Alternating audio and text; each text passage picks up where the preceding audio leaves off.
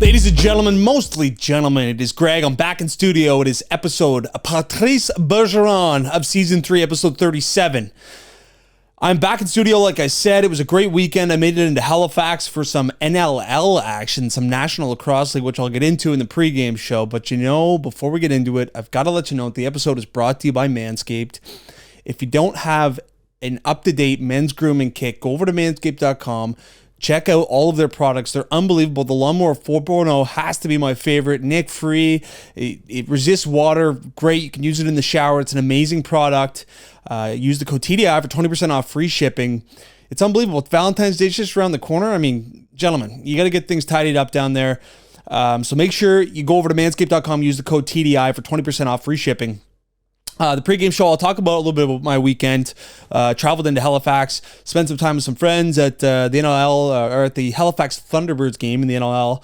And then in quarter one, we'll get into the NFL. What I did is I kind of laid out, obviously we'll talk a little bit about the Pro Bowl, which went on during the weekend. But I wanted to talk about kind of the metrics and kind of how I'm lining up each team and maybe who wins the matchups, what I expect.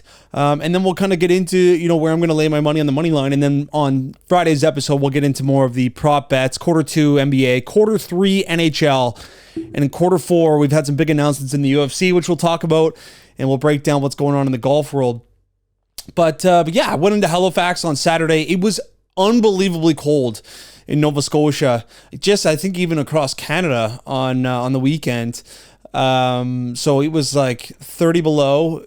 It was like, I guess on the thermometers, it would have been 20, 25 below, but it felt like it was like almost 30, 35 below zero in Celsius. I'm not sure what that is in Fahrenheit. I'm not going to do the conversion for the American listeners, but it was absolutely cold. It was freezing. And so where I'm from, there's a lot of open farm field, a lot of vulnerable highway for blowing snow. And I mean, I decided to take the trip into Halifax, but the first 20 minutes of the road trip, it took me almost an hour to get through it. Just due to the icy roads and the snow and the blowing snow. But I wanted to get in there. A couple of my close buddies, I'll give them a shout out, Dylan Beck and Alex Feltmate. They work for Molson and Coors in the city in Nova Scotia that I'm closest to, and they got the box all set up at the Halifax Thunderbirds game. It was incredible. Had a great time. Went to the bars afterwards. So obviously I was a little slow moving on Sunday, but it was a good Sunday to be slow moving on because the golf on the PGA Tour hadn't concluded. There was a weather delay on Saturday, so there was nothing really exciting going on there. And then obviously we know the NHL had a day off, and the NBA was sort of slow moving outside of some massive news in the trade world, which we'll get into.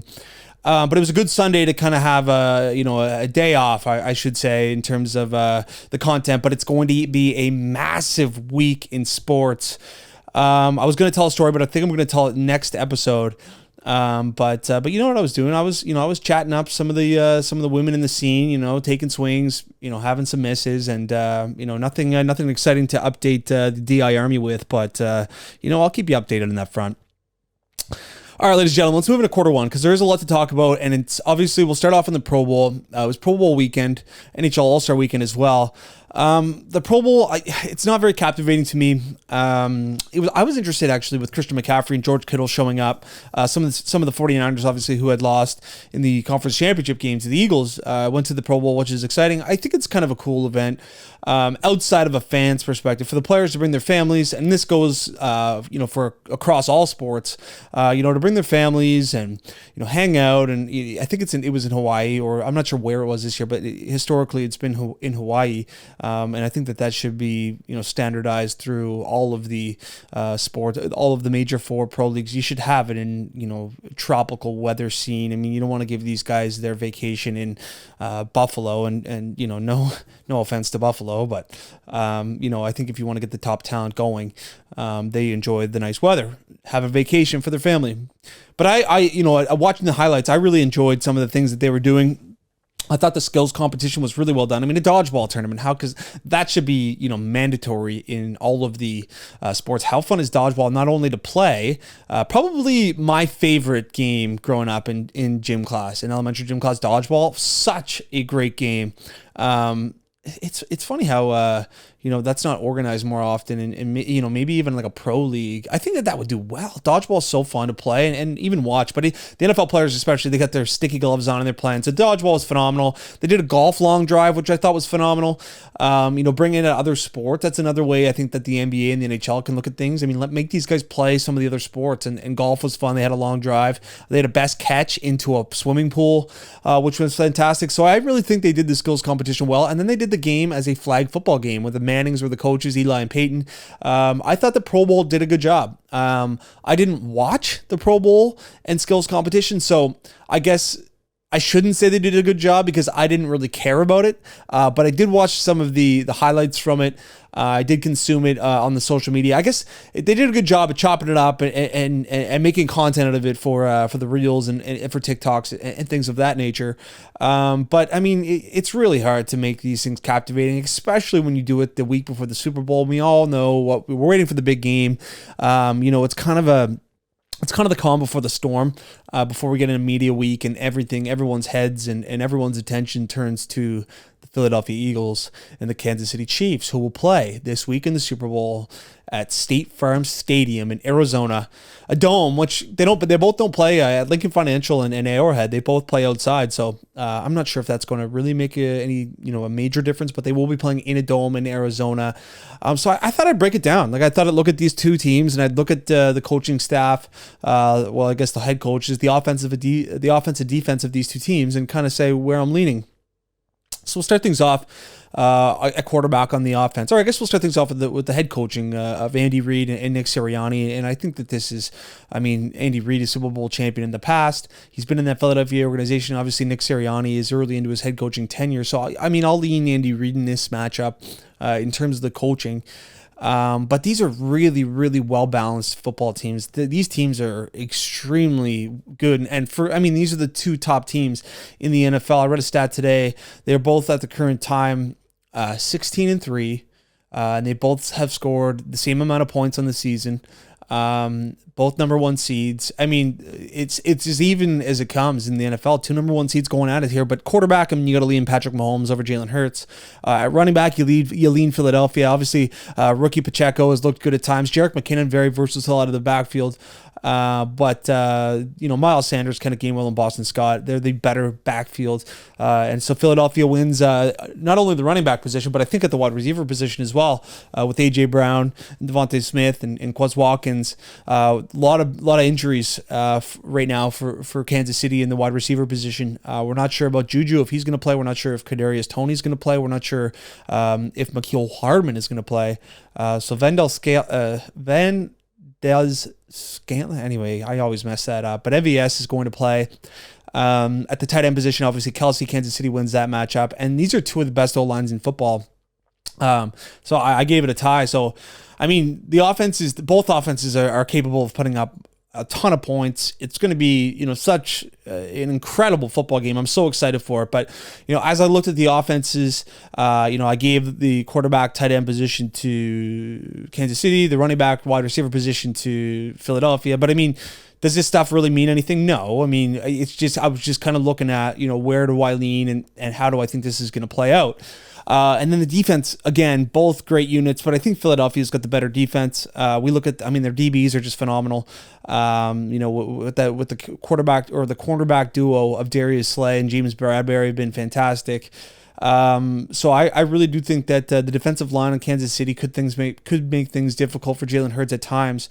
But again, these teams are very evenly matched. In terms of defense, I lean Philadelphia. In terms of offense, I lean Kansas City.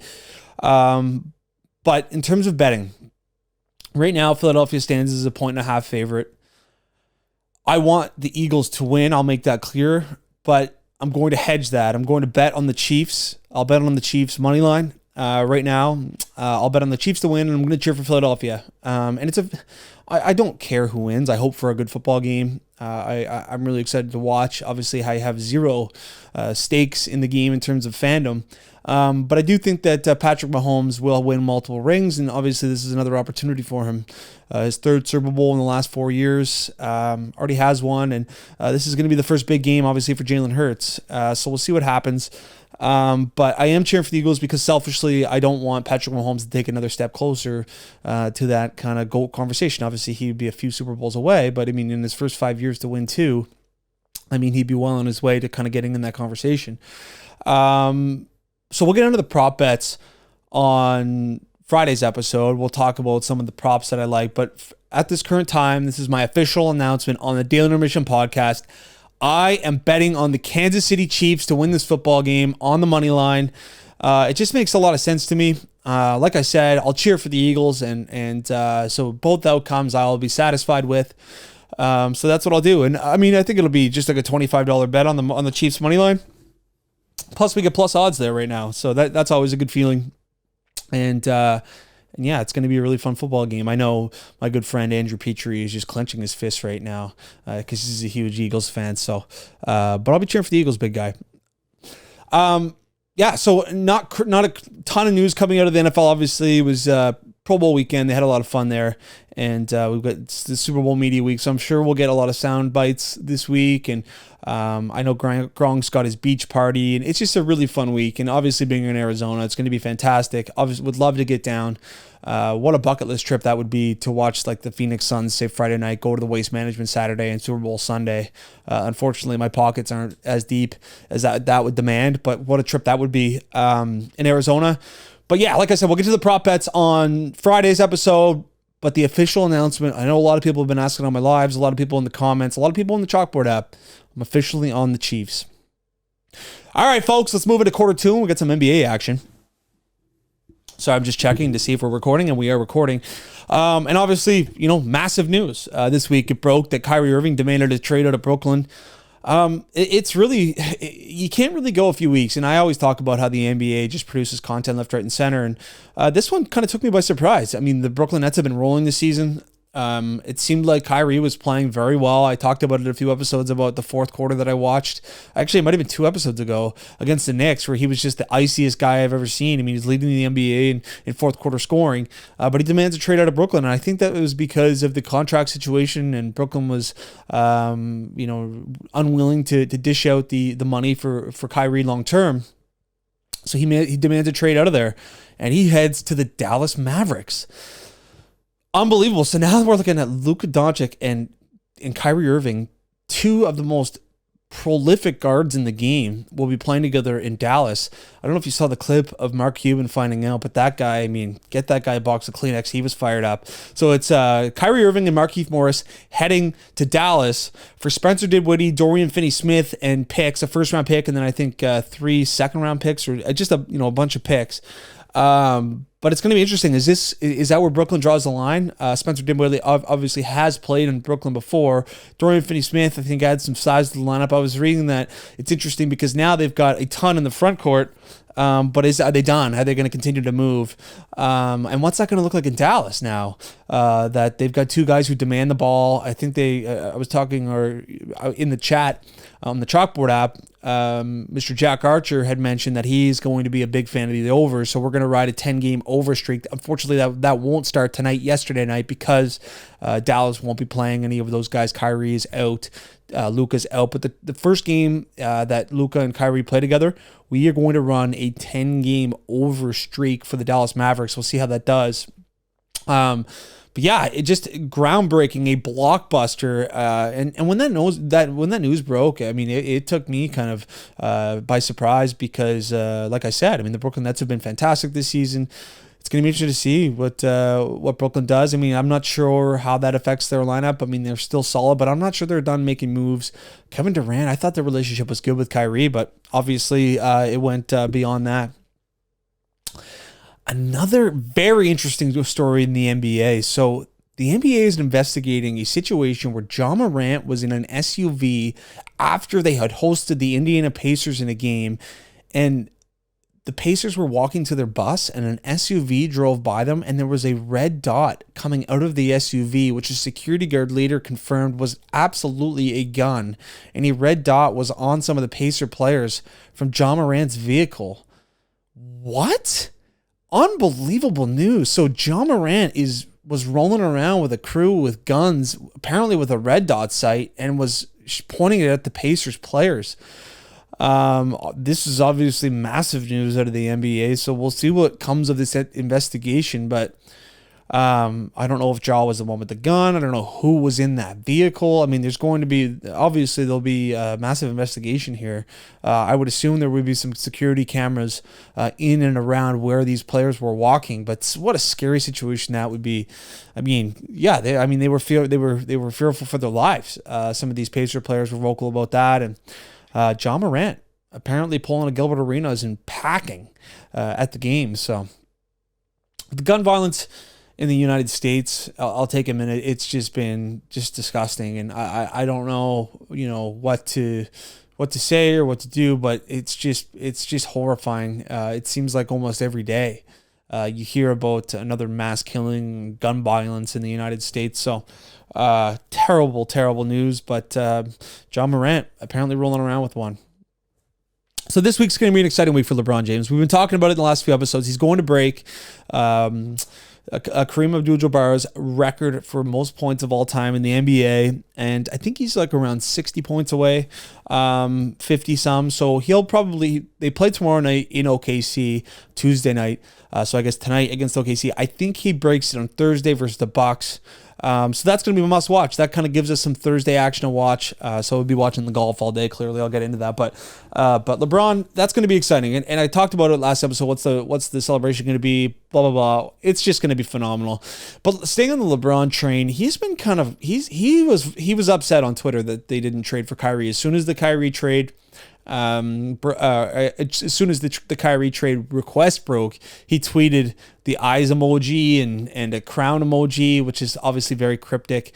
And then when he got traded to Dallas, he tweeted something along the lines of like, is it because of me? Anyway, LeBron obviously clearly upset. He couldn't bring in or recruit Kyrie Irving to the Lakers. And I'm fairly certain that the Brooklyn Nets general manager was like, yeah, we were doing everything in our power not to trade him to the Los Angeles Lakers. And it came out too, we saw some of the trade packages that were offered to the Brooklyn Nets for Kyrie. The Suns offered up Chris Paul, Jamison Crowder, and picks, and the Clippers offered a nice package as well, and then the Lakers, Westbrook. There was a few, I forget the entire package from the Lakers, but a lot of teams were in on Kyrie. Obviously, when a player of that caliber becomes available in pro sports, it gets your attention, to say the least. So obviously the Lakers missed out on it, and LeBron was upset, but exciting for him that he'll be breaking the record on Thursday, on trade deadline day. But I think that really sets the tone. And it's going to be interesting to see what teams, try to make some noise. I think this makes Dallas, a top 6 team in the West. I really do. I really think that this team is going to be fun to watch. Obviously Christian Wood in the mix there too. I'm excited to see what this trade line brings on Thursday. Another interesting scene happened this week in the NBA, or this past weekend. The Orlando Magic and Minnesota Timberwolves were playing, and there was a massive altercation that led to 5 ejections, suspensions. Austin Rivers was right in the middle of it. He had some great sound bites. Obviously, Doc Rivers' son, Austin, now playing in Minnesota. So if you haven't seen that clip, go check it out. There was a big brawl in that game, and I think that there was some one-game suspensions handed out, 3 of them. So, but yeah, like I said, it hasn't been too crazy of a week. Obviously, some major headlines with the Kyrie trade and the Ja Morant SUV situation, which they're investigating. But yeah, we have the deadline coming in a few days. So Friday, I'm assuming Friday's episode, we will have a ton of news to talk about. I think I'm going to get some people to call in too about Super Bowl props. So Thursday will be a fun or Friday will be a fun episode. But we'll wait to really dive into the NBA until we've got a full-on landscape refresh with trades and kind of statements from teams to see which direction they're going. All right, ladies and gentlemen, we're moving into quarter 3, and we're talking about the NHL, and we've got to start with it was NHL All-Star Weekend, and it was skills competition on Friday night, NHL All-Star Game on Saturday. And I was fairly vocal on Twitter and in the Chalkboard app. I was disappointed, and you know what? I don't know how disappointed I should be. I don't think that this whole event is really tailored towards an individual like myself. I think that it might be for the broader audience, maybe the younger audience, and ensuring that the players are having a good time. But I really do think that the skills competition on Friday night was, it was a little unorganized in my opinion. I don't think they did a strong enough job at making these events compelling. I mean, there's a lot of history to some of these events. The hardest shot was one for me, like during the kind of the 3-on-0 breakaway challenge for the goaltenders. I forget what they called it, but 2 goaltenders, one would be in the net, one would be shooting down the ice. And then if he missed the net, it'd be a 3-on-0.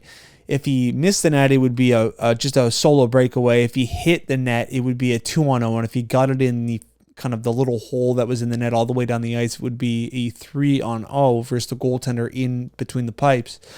But I was watching these goalies rip puck after puck after puck. I think I watched them shoot like 6-7 pucks each. But what they did, we did get to see some of the women from the PWHL play, so that was fun. See them involved in that shootout, and one of the girls absolutely ripped one bar down.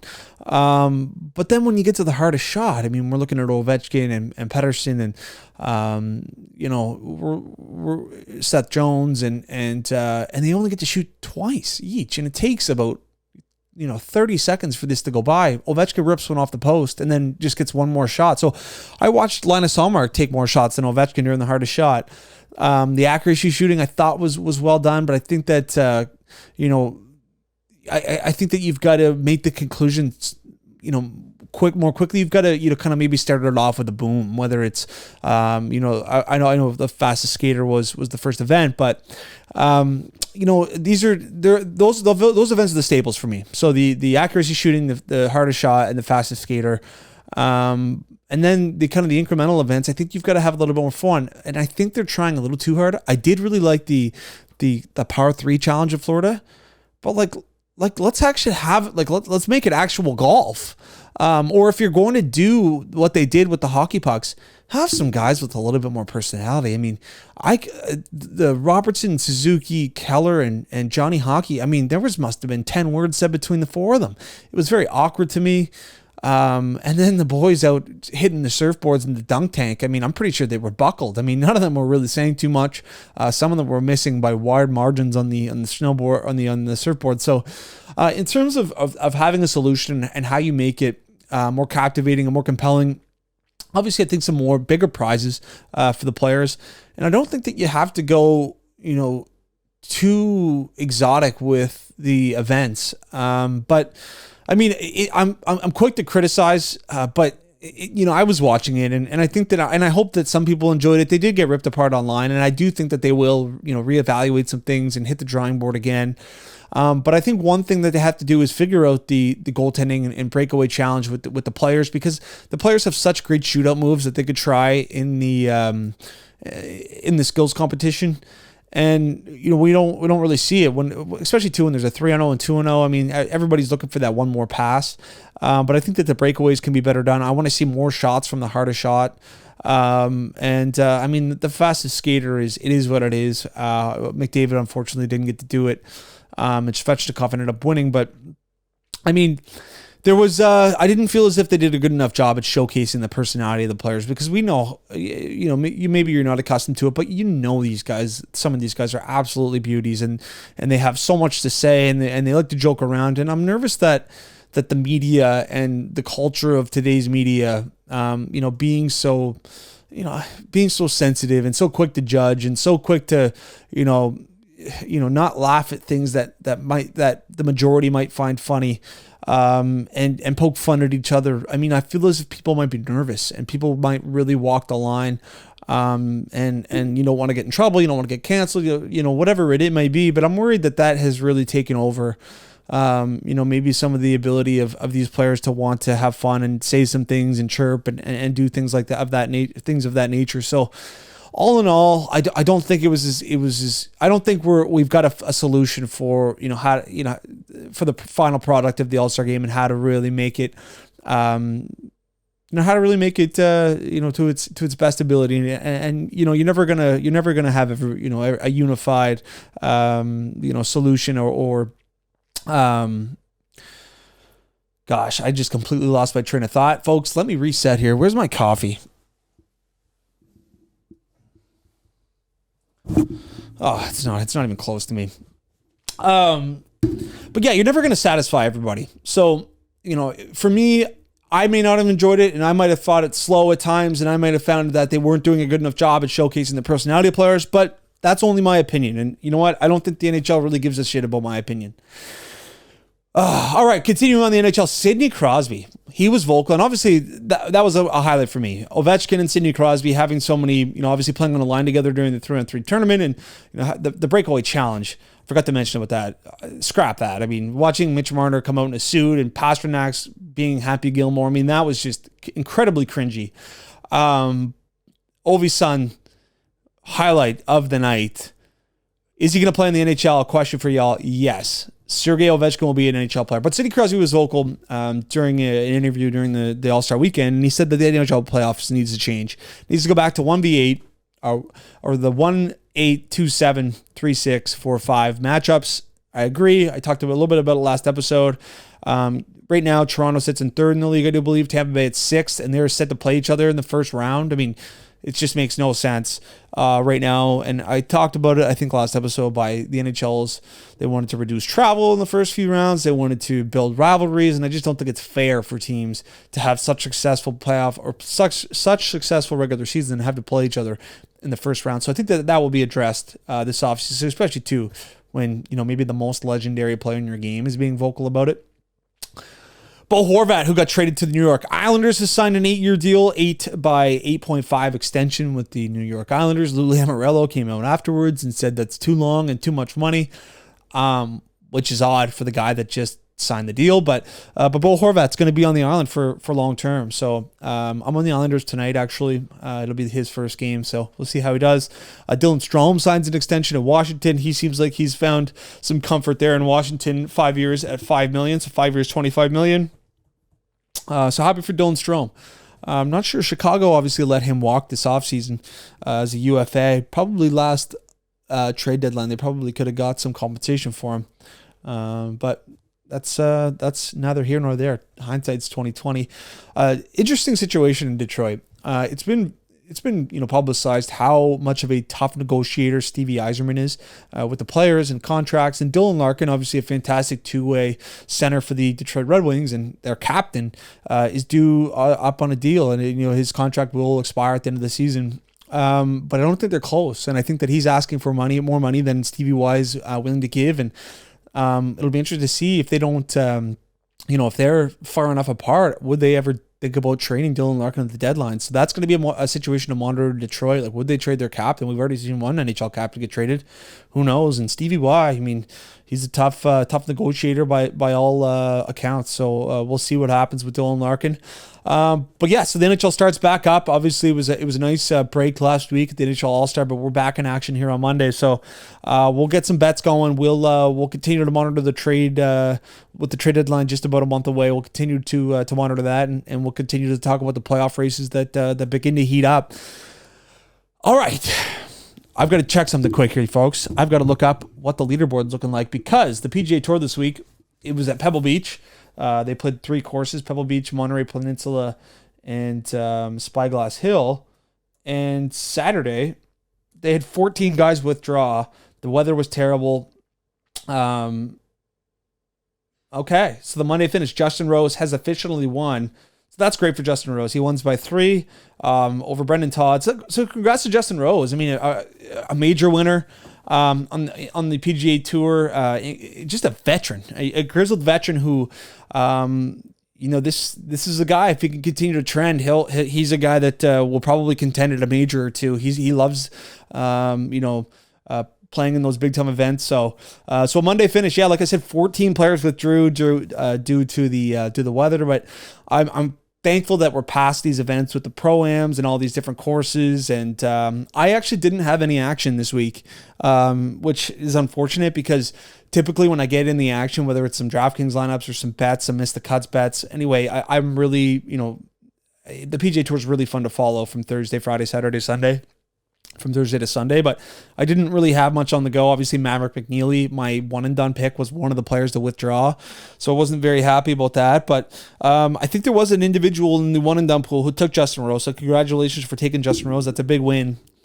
but we all turn our heads to the waste management this week. One of the more fun events in the PGA Tour this week. And if you're not a golf fan, this is a fantastic tournament to turn into. Obviously, the 16th hole is the famous hole. It's a stadium par 3. It's engulfed by stands and people getting drunk. It's just unbelievable. If there's a hole in one, it rains beers and beer bottles, or beer cans, I should say, onto the green and the hole. It's such a fun event, and the crowd gets loud. So obviously, typically in golf, you can't say anything, you can't make noise while the players are playing. Well, this is the complete opposite. The waste management, people are loud and people are getting into it. They throw on sports jerseys. It's a super fun event, and it's an elevated event this year. So there's a $20 million purse for the players this year at TPC Scottsdale in Arizona at the waste management. $3.6 million to the winner. So last year, the winner was Scotty Scheffler. Guys like Hideki Matsuyama has won it twice in 2016, 2017. Xander Schauffele is coming off at second and third the last 2 years. There's a bunch of guys who play well here. John Rahm went to school at Arizona State, so he likes playing at this golf course. It's going to be such a tremendous tournament. I cannot wait. So I'm between two golfers. I can't say for sure who I'm going to pick, but I like Xander Schauffele, obviously coming off a second and third his last 2 seasons here, and I like Scotty Scheffler here. But do I save one of those two for a major? I lean saving Scotty Scheffler. So I think I'm probably going to take Xander Schauffele this week, TPC Scottsdale. But folks, this is going to be unbelievable. Cannot wait to watch. I'll have some content surrounding it on my socials.